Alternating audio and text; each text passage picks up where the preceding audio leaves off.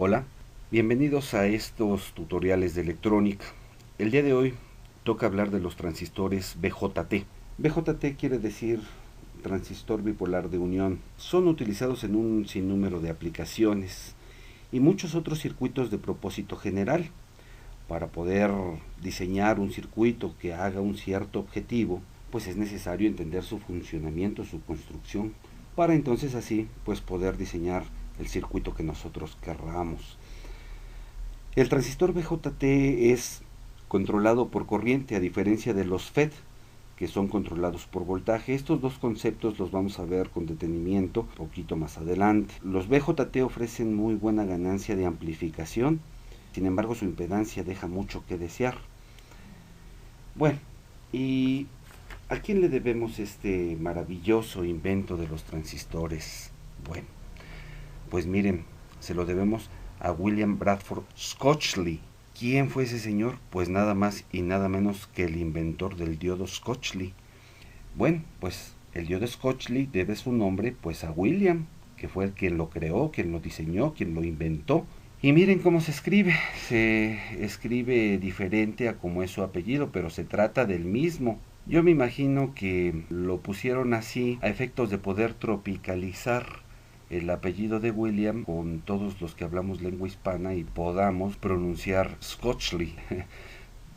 Me imagino que fue por ello, pero se trata del mismo. Si no estás familiarizado con los diodos, te recomiendo te remitas a los videos donde explicamos perfectamente los diodos y entre ellos el diodo Schwarzschild. Ahora, William también inventó el transistor, este dispositivo que ha hecho la base fundamental de la electrónica moderna. Es decir, que muchos de los dispositivos que hoy utilizamos como recreación, como de trabajo, como de investigación, pues muy probablemente no estuviéramos en el estatus que hoy estamos, en el avance tecnológico que hoy nos encontramos. Bueno, William trabajó en conjunto con Walter Hauser Briding y John Barling. Eran tres científicos que trabajaron en los laboratorios Bell en Estados Unidos por ahí de 1947, o sea, no hace muchos años.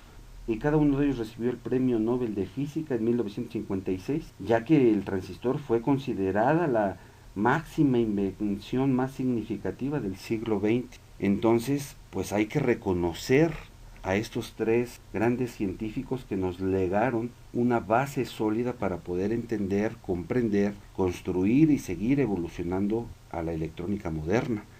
Muy bien, y un transistor BJT tiene tres regiones dopadas NPN. ¿Y qué es esto? Si no estás familiarizado con la unión PN, te recomiendo que te remitas a los videos donde se explica el principio del funcionamiento del diodo. Ahí explicamos con detalle esta unión PN, a fin de que este video tutorial pues se entienda a la perfección. Muy bien, entonces el transistor BJT tiene tres regiones, decíamos, una que se le denomina colector, otra se le denomina base y otra emisor. Pero vean ustedes cómo están conformadas estas tres regiones.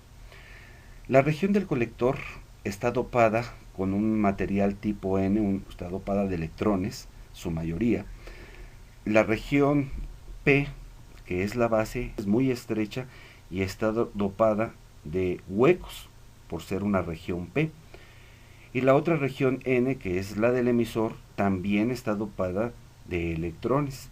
Observen ustedes que los electrones simbolizados aquí en el BJT, en el emisor, son ligeramente más que los del colector. Sin embargo, aproximadamente son del mismo tamaño.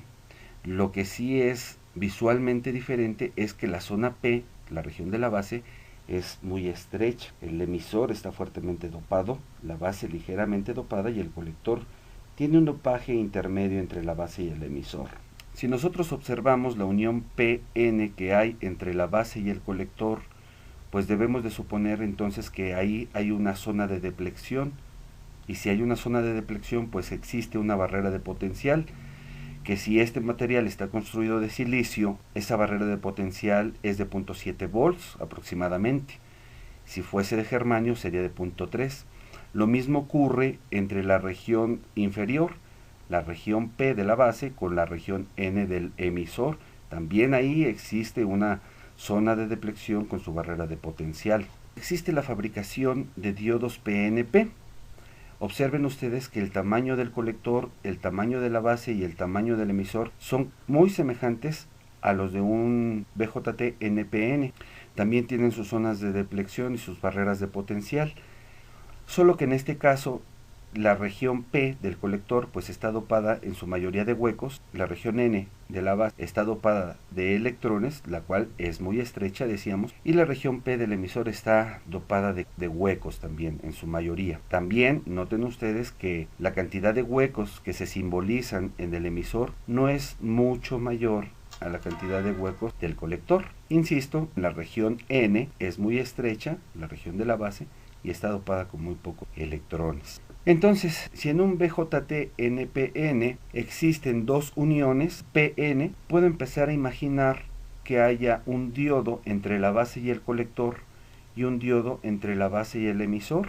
Nosotros cuando estudiamos a los diodos vimos que una zona P siempre iba a ser el ánodo del diodo y una región N, que es la parte negativa, pues iba a ser el cátodo del diodo.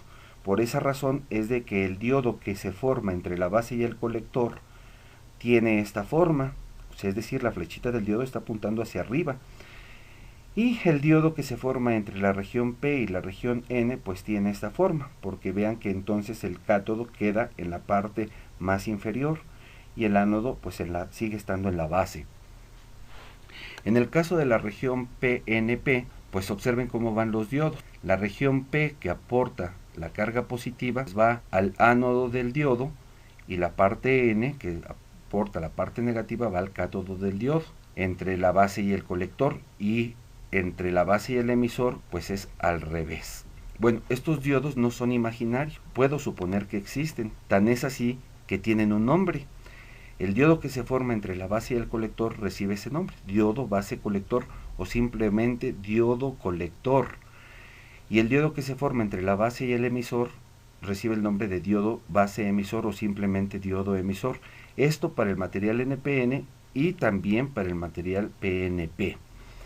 La simbología del transistor es esta. Vean ustedes que tiene, en el caso del NPN, el emisor tiene una flechita que apunta hacia afuera del transistor. Eso indica que tiene un diodo que también está apuntando hacia afuera, está apuntando hacia el emisor. Con eso yo puedo identificar que se trata de un transistor NPN. En el caso del transistor PNP, el diodo base emisor está apuntando hacia adentro, hacia la base. Por esa razón es de que la flechita está apuntando hacia acá. Si yo veo este símbolo y veo este símbolo y aún tengo confusión de cuál es cuál, si este es NPN o PNP o viceversa, pues basta con recordar cómo están las uniones PN. La parte P siempre va al ánodo del diodo y la parte N, la negativa, es el cátodo. Y con ello puedo relacionar la dirección de esta flecha y puedo deducir si este es un NPN o este es un PNP. Es importante señalar, los diodos en ambos casos están en oposición. Vamos a entender cómo funciona un transistor BJT. Para poder entender su funcionamiento y para que éste pueda trabajar, tenemos que polarizarlo. Y lo polarizamos de la siguiente manera. El colector se conecta a una fuente llamada VCC y a una resistencia delimitadora de corriente RC. Esta nomenclatura es así, RC y VCC, pues debido a que están conectadas al colector. Y en la base se conecta otra fuente de voltaje, VBB, y una resistencia delimitadora de corriente, RB. También la nomenclatura obedece a que van conectadas a la base. Y el emisor se conecta a los polos negativos de ambas fuentes, es decir, a tierra. Bien, esta forma pues es una forma muy sencilla de entender cómo se polariza un BJT. No debo de perder de vista los dos diodos que tenemos interconectados ahí adentro. Y observen ustedes cómo se encuentra conectado este diodo de emisor en base a esta fuente. Pues el cátodo de ese diodo está conectado al polo negativo de la fuente, mientras que el ánodo está conectado al polo positivo de la fuente, lo cual quiere decir que este diodo de emisor está polarizado en directa. En el caso del colector, veamos que el diodo colector, su cátodo está conectado al polo positivo de la fuente, VCC, lo cual indica que este diodo está polarizado en inversa. No debemos de perder de vista esas dos observaciones que son muy importantes para el entendimiento del transistor BJT, NPN. Muy bien. Cuando la fuente de voltaje VBB supera la barrera de potencial de 0.7 para el caso de un transistor de silicio, el diodo emisor se encuentra polarizado en directa, pero observen ustedes que la zona P, la cual está débilmente dopada de huecos, tiene dos propósitos fundamentales y muy importantes. El primero es que unos cuantos electrones libres del emisor atraviesan la zona de deplexión. Estos entran a la base y se recombinan con los pocos huecos que hay ahí. Fluirán a través de la resistencia RB como electrones de valencia hasta el terminal positivo de la fuente BBB. Como estos electrones son unos cuantos debido a lo débil que se encuentra dopada la región P de la base, la corriente producida, espero que estén viendo que aquí ya se está produciendo una pequeña corriente. Otra observación que debemos señalar es la dirección de los electrones. Vean que la dirección de los electrones, del flujo, como están fluyendo los electrones, es opuesta a la dirección de la corriente convencional. Y ahorita vamos a recordar ese término. Pero antes de eso, ¿qué pasa con los otros electrones de la región N del emisor? ¿Qué sucede? Si este diodo está polarizado en directa, pues todos estos electrones tendrán que entrar a la base, no solo unos cuantos como lo estamos viendo aquí. Pues sí, en efecto, esos otros electrones entran a la base, pero como ya no tienen huecos con que recombinarse, aquí es donde viene el segundo propósito de esta polarización. Se irán hacia el colector. Por lo tanto, esos electrones libres provenientes del emisor tienen un tiempo de vida largo en la estrecha región de la base. Es decir, que dichos electrones recorren una distancia muy corta para alcanzar al colector, ¿verdad? Y entonces, el colector a eso obedece su nombre, a que recolecta la mayor parte de los electrones de la base que provienen del emisor. Y el emisor pues también a eso obedece su nombre, a que es quien emite los electrones a la base para que estos sean recolectados. Pero en el colector hay más electrones libres. Aquí están. Y entonces, ¿qué pasa? ¿Se va a llenar el colector de electrones? Y la respuesta es no, porque todos esos electrones se ven atraídos por el terminal positivo de esta fuente. Acuérdense que las cargas de signo contrario se atraen. Entonces, esta fuente es la que se encarga de extraer, por así decirlo, todos los electrones del colector, y entonces existe la presencia de una nueva corriente. A esa corriente le llamamos corriente de colector. Noten ustedes que los electrones que fluyen en la primer malla, que forman la corriente de la base, aquí denotada por IB, son mucho menos que la cantidad de electrones que fluyen por la corriente del colector. Eso hace suponer que la corriente del colector es mucho mayor a la corriente de la base, y esto lo denotamos por el grueso de estas líneas que denotan la corriente en su dirección convencional. A lo mejor para muchos pudiese confundir el hecho de cómo están fluyendo los electrones y cómo tenemos las flechas de la dirección de la corriente. Esto obedece a que en los primeros días de la electricidad se creía que la corriente era un movimiento de carga positiva y que estas cargas se movían por un circuito desde la terminal positiva hacia la negativa de una batería. Con base a esta suposición, pues fueron desarrollando todas las leyes, las fórmulas y símbolos de la teoría de circuitos. Y es por ello que a eso se le conoce como dirección convencional de la corriente, que es con la que estamos acostumbrados a trabajar y a calcular y hacer todas nuestras operaciones matemáticas y físicas, ¿verdad? Pero después del descubrimiento de la naturaleza atómica de la materia, se supo que no era así.